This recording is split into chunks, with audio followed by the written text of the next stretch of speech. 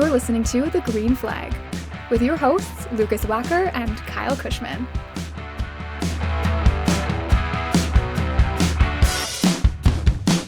Well, 2022, it's over.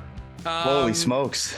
What a year it's been. Flew by in a lot of ways, but we did have some incredible moments on and off the track in 2022. But this is our 2022 year-end award show where we give the awards to different categories for a bunch of different drivers and teams throughout the 2022 season on who we think deserves each category. And it's like our Oscars essentially here. So better than our Oscars. I wish we did. It's like the Dundies, like from The Office. So we won't have any of those. No. We don't have a comedian come on the show for this one, but I'm not good enough. We're comedians in itself.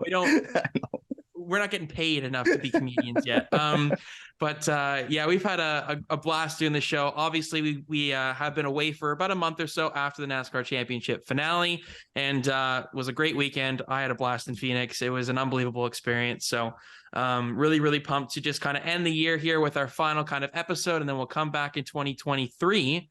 That seems like a crazy big number. That's scary to say.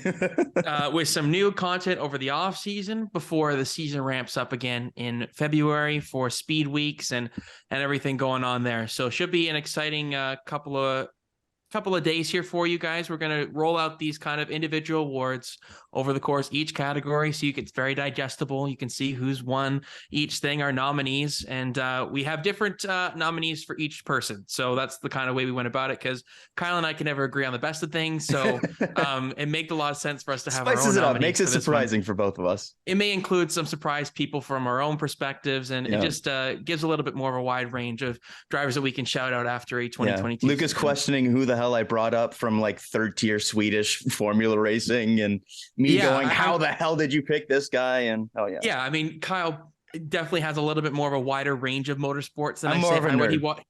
Yes. That's just the easy way to say it. But I am a very big NASCAR nerd with history and remembering where Kyle Busch finished in a 2009. We did test that once. It was kind of crazy. So, that might be a thing we do over the off season. Who knows? But so this is it, Kyle. Are you excited? This is our big thing. We didn't do it last year. We did it in 2020 for the long time listeners and viewers of this show, but we are happy to be bringing it back. Yeah, I'm pumped. This is always a fun time to kind of go back through the year, figure out some different awards and stuff, and just kind of remember some things, because there's a lot of recency bias that goes on in terms of your thought process and thinking of these awards and stuff. But especially for some of the things we're going to get to later in the cycle over the next couple of weeks, it's going to be really fun to kind of go back and remember some really fun moments, some great drivers, some great races, all that kind of stuff from the 2022 year. Yeah, it was a lot of different things happened. And I feel like the end of the year really just put the icing on the cake in terms of giving us those incredible moments. And of course, we'll talk about those later on. But for this one, let's open up with the top prospect of 2022, a guy that is in the lower series, not in the top division of the, Indy Lights, F2, F3. Hey, Indy NXT now. Indy NXT now, of course, but formerly. Terrible name. Yeah, don't even. Oh, God. It's literally a WWE brand. I don't know. Anyways. And then, of course, the Xfinity or the Truck Series for NASCAR. You can also throw in the K&N stuff if you want to, but no. So what's your first nominee, Kyle, for the top prospect? Alrighty. I have mine ranked out, so I'm gonna go 3-1 on mine. So we build up to things. Gotcha. And number 3 on the podium for me was Linus Lundqvist out of the Indy Lights, technically at the time, not anymore. But Linus Lundqvist, he's a bit on the older side for prospect, 23 years old, out of Sweden. But just looking at his results, not just this year, but taking into account his results overall in his junior formula career, he absolutely dominated the Regional America Series in 2020, basically won every single race, stepped up to Indy Lights in 2021, won a couple of races early on, and then finished the year strong, ended up finishing third in the standings there. But this year came out of the gate super, super strong, won 4 of the first 6 races, won the championship going away. And even though Indy Lights is a series that doesn't have a ton of cars in the field, it usually has 10 to 13 cars in the field. It's all cars that are pretty solid. Like when you look at a bunch of HMD Dale Coyne cars, a bunch of Andretti cars, it feels like it's a series that has a lot of potential if they can kind of get some bigger fields and stuff like that. But that being said, there was a lot of experience in the field this year, and Linus Lundqvist ran away with it. So for that, in a year that didn't necessarily have a ton of like A+ tier prospects, I think Lundqvist is deserving of a shout, at least on the podium as my number 3 nominee for top prospect. It's a good shout. Good shout. He did not crack my 3 nominee list, but he was an honorable mention for me. He was a late addition, I will say. Okay. Yeah, I did look at him. I looked at his stats. Very remarkable season when you look at, how much better he was than the competition in a lot of areas, but did not quite crack my top 3. For my third pick here, I'm going to give it to Noah Gragson. Okay. I put him at 3rd because he did not ultimately end up with the title, but at the same time, he's also 24. It wasn't his first go around or his second year in Xfinity, but he is going to an organization that has a lot of promise, considering the Jimmy Johnson announcement and how much, backing I'm sure that they will be getting here in the near future. They've got a young lineup, strong. And I think that they're positioning themselves to be a very, very good dark horse contender next year for possibly 1, maybe even 2 playoff spots for both Eric Jones and Noah Gragson if they can play their cards right. But Gragson, a remarkable year, grew a lot as a driver, really honed in on his craft. We talked about that on the show before, but I was super impressed with him, how he matured. He had obviously the Road America incident that really, I think, woke him up to, went on that huge run afterwards, after that moment. And I think we're all really excited to see what Noah Gragson does as not only a driver, but as a personality in the Cup Series level. I think we're kind of needing somebody a little bit brash and young and exciting like that. And I think Gragson will absolutely fulfill those promises that he's been giving to the media for a long time. So Gragson doesn't quite get top prospect just because he's a little older, but a remarkable season nonetheless. Yeah, I definitely like that pick. And he's somebody that, had a great stretch in the middle of the season there where it was 4 straight wins. Ended up being... He slept the whole month of September. Yeah, it was unbelievable stretch. So yeah, he again, the experience and kind of the age kind of tipped him away from myself just because it was his 4th full-time season in Xfinity, I think. So just kind of building up to that, it makes me think of him as maybe a secondary kind of tier prospect, somebody that I don't really see as like a potential champion at the future levels, which I could maybe see for somebody like a Lundqvist if he gets a good ride in IndyCar or some of the other people we're going to get to. But definitely a good shout and somebody that I could see stepping into the Cup Series and having some decent results right away. Yeah, and I think him having that part-time Cup schedule too, I think will hopefully pay a little bit of dividends that he's familiar with. At least familiar with the car. Yeah. Exactly. So that's my number 3. Who do you got for number 2? All right. Well, I forgot to mention off the top that you're going to probably be annoyed with me for my number 1 for this, my winner of the award, because it's a bit of a fine print answer, Okay. But saying that, I have to lead into who my number 2 is, because I feel like this is probably going to be your number 1. My number 2 runner-up, silver medal, whatever we want to call it, for top prospect is Ty Gibbs. A driver that stepped into the Xfinity series at 20 years old, full-time, having a lot of pressure on him for his name, for his results in a part-time schedule the previous season, and really was the only one that could consistently go up there and challenge junior motorsports consistently for wins. AJ Allmendinger was there in and about, but he was more of the consistent model over the season. Ty Gibbs really had those high moments, and then I think we saw him come into his own at the end of the season with 5 straight top 5 finishes to finish off the season, winning at Martinsville, obviously with controversial circumstances, but brushing that aside and going into Phoenix and winning the championship in one of his best drives of his career. 20 years old, has won at every single level. You can say what you want about the money, the family, all of that, but we've seen time and time again, drivers that have the money, have the family affiliations, and don't win. The difference here is that Ty Gibbs has the talent. It's important to remember he is only 20 years old going into his first full-time season in the Cup Series. I don't think we're going to see him be that all-star right away. We saw with William Byron, who came in pretty quickly. It took a couple of years for him to kind of find his footing. I think we could maybe see some differences because it is a new car. So some people are still finding their footing overall with this car. But I think overall, looking at his sample of success in such a minimal amount of time, it's hard to not look at Ty Gibbs as a potential future champion at the Cup Series level. Yeah, and he's going into some pretty good equipment there as well. Rumor has it. Yeah, the number 54, not the number 18, which is still going to be crazy not to see a number 18. Are you happy about that next year? Yes, because I think I would get more emotionally sad if I saw the 18 out there without Kyle behind the wheel. Yeah. And I'm okay if, Gibbs makes his own number, 54. That's kind of his legacy there. Yeah. It's also kind of funny, though, because that is Kyle Busch's number 2, because he brought that into the Xfinity Series. So for as much as Ty says, I'm really happy to bring the 54 with me, he's also bringing Kyle Busch's number. So you can't escape it. It's impossible to not draw the comparisons between the two of them. So he'll have that kind of benchmark kind of stand that he's going to, be always measured up against. But we'll see how he does. I mean, he's gone through a lot over the past month. So I'm sure the emotions are still pretty high over there, understandably. So I'll talk about Ty Gibbs in just a minute here. But for my second place in the top prospect, I'm going to give it to Felipe Dragovich. Won F2 pretty handedly, by no small margin. He is only 22 years old, a 2000 birthday, which is sad. It's just making me sad every time these guys He's are now born 2 days younger. before me.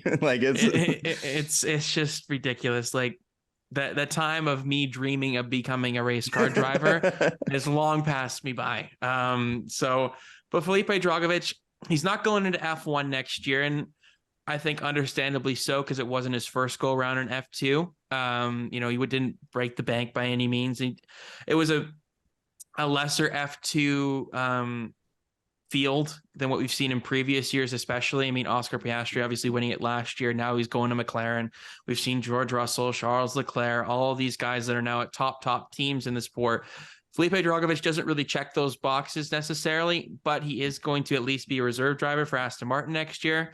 And I think he could be a guy that maybe sits around like Nick DeVries did, and finds an opportunity when we need it most. And there's no Brazilian on the current grid either. So I think that could be definitely a marketplace that a team lesser down in the field may take a shot at in 2024 if there's an open seat. But Felipe Dragovich did a very, very handsome job for himself in F2. Kept it pretty clean for most of the year as well, and that's what you're looking for. He wasn't, Nikita Mazepin or anything like that down there. So I'll give him credit where credit's due. You went F2.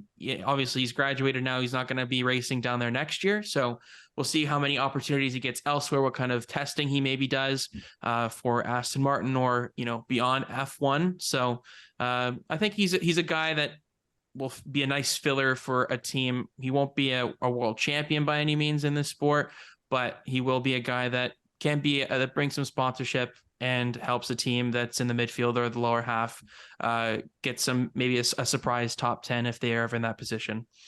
Yeah, Dragovich was somebody that I was debating for the third spot with Linus Lundqvist there. Someone that I ended up docking just because it was his third year in F2. It wasn't it was a dominant season in terms of the point totals, but not necessarily dominant in terms of the win totals. Yeah, very consistent. And overall, looking at the top of the field and seeing a lot of younger drivers and experienced drivers like Théo Pourchaire, who's very young, finishing second, Logan Sargent up there in his first year of F2, all that kind of stuff. I ended up just docking him just a little bit, so he was going to end up being my honorable mention or fourth place finisher, whatever you want to call it. So I definitely think that he's deserving of being in this conversation, though. Absolutely. Yep, definitely. Who's your winner for the Top Prospect Award? The Top Prospect Award. So before I say this, it's important to remember the criteria, which is essentially just a driver that isn't in the top series, that is a prospect. And for me, that means the top prospect for 2022, even though he didn't have a full-time seat, is still Oscar Piastri. He is somebody that, looking at his success at the lower levels, is in line with what we've seen from guys like George Russell, Charles Leclerc, the creme de la creme of motorsports, winning F3, immediately going up to F2 and winning F2. He didn't have a full-time seat in Formula One or any major series. And for that, at least to myself, he's still considered a prospect because we haven't seen what he's been able to do at a top level. We saw 2 teams go to court over the rights to have this guy in their seat next season. And so because of that, because of the pedigree, because of how highly rated he is by multiple people, the success at lower levels, even without racing a full-time series in 2022, I think the prospect outside of a top series in all of motorsports that has the highest chance of going to the next level and being a top driver is Oscar Piastri. He is my winner of the top prospect for 2022 in motorsports. I mean, I agree with that statement that you just made at the end.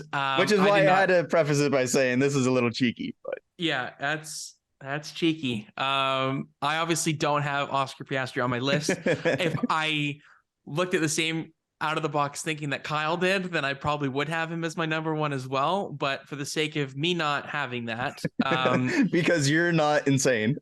yeah, I went with Ty Gibbs, obviously, as my top prospect. Yeah.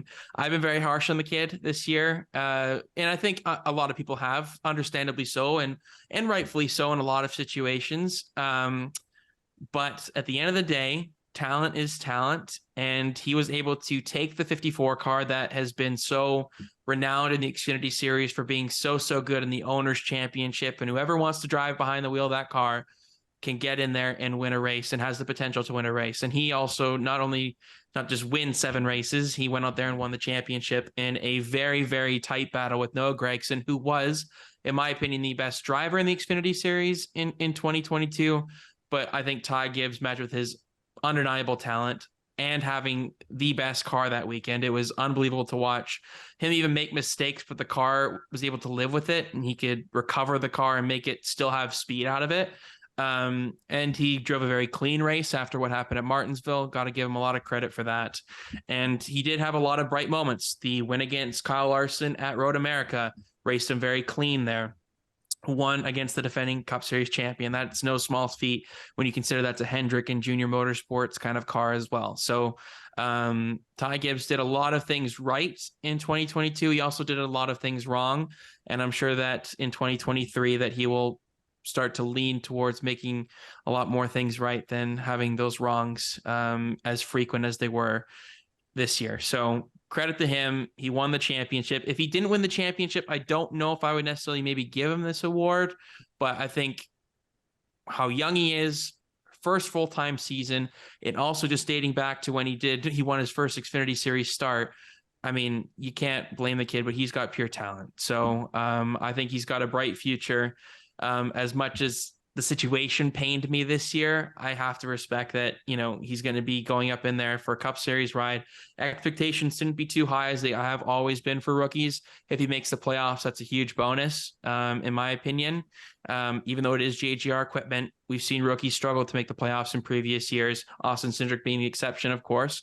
Winning the first race of the year will do that for you. But I think Ty Gibbs has got a bright future ahead. So he wins the top prospect of drivers that raced in 2022 for me.